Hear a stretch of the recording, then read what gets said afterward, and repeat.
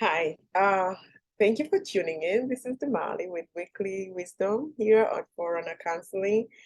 I just want to drop in here real quick to talk to you about maintaining mental health and emotional well-being. We live in a world that is not certain, and sometimes we want to be able to live a life that is very consistent, where we feel like we are in control. We want to feel secure. And sometimes security on this earth is not as we think it should be. We want to have relationships that are stable. We want to have income that is steady. We want to be able to know what's going to happen tomorrow to our children, to everything around us. And sometimes it's been hidden from us. How do you navigate the uncertainties of life? What do you do to maintain a mental state that is healthy with all these uncertain things around us? We live in a world that any second someone may pop up and start a world war. And that's the reality, for example, that Ukrainians had to experience. They were okay today, and then the next day they were at a war till now, they're still at a war. So when we don't develop resilience in our lives, we get tossed to and fro.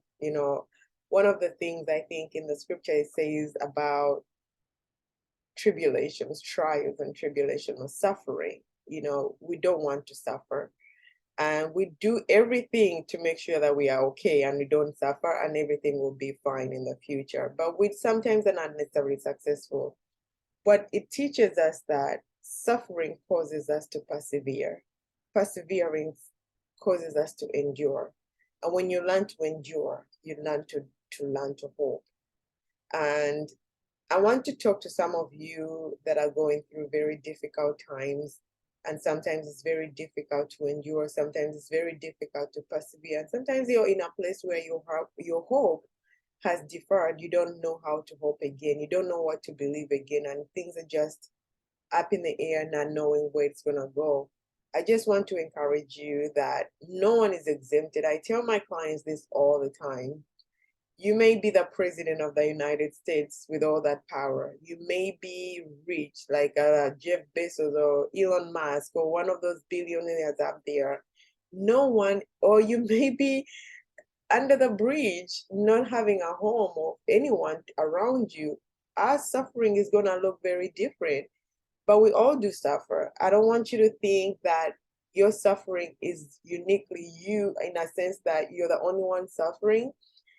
I think we think that because we are in a space when you're trying to make sense of what we're going through it, and other people may not be experiencing what we're experiencing, and we assume that they are not suffering. But I just want you to, first of all, embrace the fact that all of us suffer, but we suffer in different ways. And we may not be suffering at the same thing at the same time, but we all have something that we are suffering from, because it's almost like it's designed in such a way. If everything was going good in our eyes, when we don't have a need for someone greater than ourselves, then we are going to boast as if we are God, as if we can fix everything that goes in our lives or fix other people's lives with everything that is going on in their lives. Anyway, I digress. Let me go back to the subject about suffering. You're in a space where it's not making any sense. You don't know what to make of it. I just want you to know today your suffering may look like you need money. Tomorrow it may look like you need your health. Another day may look like a broken relationship. Another day may be with not sure the security at your job. It may look different. But the first thing I want to encourage you is to learn to accept it, that it's not because of what you did or didn't do. And yes, there are sufferings that we experience because of our mistakes, but we all make mistakes. The faster you learn to embrace that it's part of living, that you stop living a life of avoiding suffering, but learn how to deal with suffering, the better your life is going to be. Because what you're doing is like you're developing resilience. Like it says, when we go through hardships or trials or tribulation, it causes us to endure. And when you learn to endure, you're no longer escaping it, but you're learning how to deal with it. It's not the same as just not doing anything, but you're accepting the reality. Like, remember that radical acceptance skill that we talked about in one of the videos before? You're embracing that in your humanity. You're going to experience suffering. You're going to experience hardships. People are going to do things that are going to cause you harm. But you trying to avoid that is not going to change it. It's just you learning the best way to handle that. That is what wisdom will help you to do. Wisdom will help you when you're interacting with people. Who do you do business with? Who do you associate with? Who do you make financial deals with? Who do you tell your secrets? You're not just saying your secrets to any human being because you want them to know, but you're now wiser, knowing that you have suffered before and you don't want to experience those consequences again. You're wise. You're not stupid, you're wise. And you're not avoiding, you're wise. And so as you do that, you become more able to persevere, because that experience you endured before gives you an understanding that it's not always going to look like this, it's going to change. But even as you're persevering, you're also hopeful that one day this is going to end. Now, for some of you that are in a place where you've lost hope, I hope you can find someone that you can be real with, be vulnerable with, because I think most of the suffering we experience is because we don't find that connection with another human being that can relate to what we're going through. We don't feel like somebody understands, and it feels so alone and it feels so isolated. I want to encourage you. You may not have a person right now, but start somewhere. Develop, be intentional to develop close emotional relationships that you can be able to talk to. You can be able to be real with. You can be able to tell them, like, you know what, it was very hard waking up this morning. You know what, it was very difficult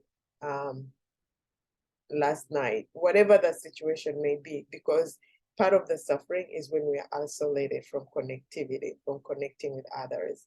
That in itself causes so much pain. I remember when I was growing up, my mother always used to tell us to go and see our relatives.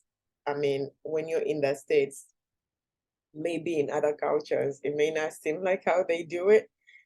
So I grew up in a boarding school. So when you get holidays, you'll be so super excited. Yeah, we're gonna go home. And then you go home, and then your mother tells you, you need to go see your grandmother. Grandmother wasn't coming to us. We had to go to her. So visiting grandmother meant being there for like a week or 3 or something. But we're not just going there for a day. Now, when you're younger, you feel like, why do I have to go? Why do I have to? I've been in boarding school all week, all these 3 months, whatever the time frame, and then you're thinking, I'm just gonna go home and just be excited. But she always used to tell me that there is nothing poor than when someone doesn't have relationships. That's the most poor thing a person can have. That you could have so much money, but when you don't have relationships, you're very poor. And some of you, maybe from Africa, know, or you have studied African tradition societies, wealth was measured in terms of families, or the bigger the number of people you had, the wealthier you would be considered. So being alone was a form of poverty. And as you see in the Western world, a lot of people suffer in a way. It's not because they don't have money. Some people suffer because they are alone. They don't have safe relationships. They don't have safe connections. And so even as you yourself, you're going through your hardships of suffering, give yourself permission to develop relationships that will be with you so that you don't have to go through things alone.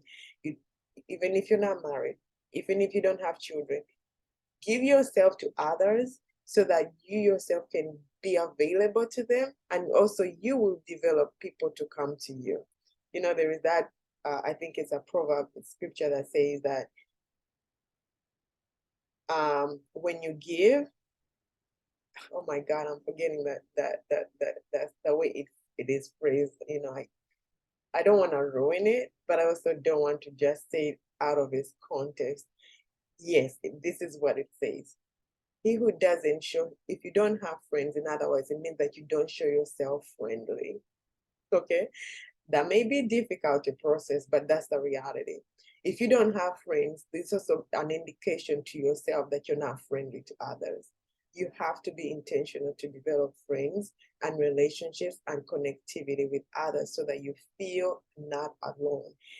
You could also be in relationships, but also feeling alone while you're in those relationships. So the most important thing is to develop connections with others where you don't have to feel like you're suffering in isolation.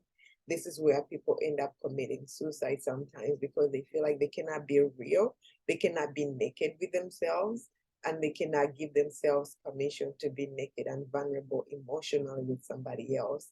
So suffering goes on a whole nother level. You look at other people like celebrities and you think like, wow, they have people, everybody knows them. How many celebrities have we seen that have committed suicide feeling alone? And in that moment, it felt like dying is better than going through what they are going through. You don't have to suffer alone. So when you're trying to maintain a mental and emotional health, a healthy lifestyle, connections is number one. It's very vital. You don't have to have the whole village. At least have one or two or three friends that can know you, that you feel like when you're interacting with them, they get to know you for you. They know you, they know your struggles, and they can support you as opposed to assuming that no one will ever know and then go through that suffering all by yourself. So again, maintaining mental and emotional health, foundational key is develop safe connections with people. And safety in relationships means that I can be me and not be afraid that I'll be judged or rejected. So if you don't have them, start somewhere. But at least this be that for someone else so that you can learn to practice as a beginning stage. Thank you for tuning in. Find me at forerunnercounseling.com.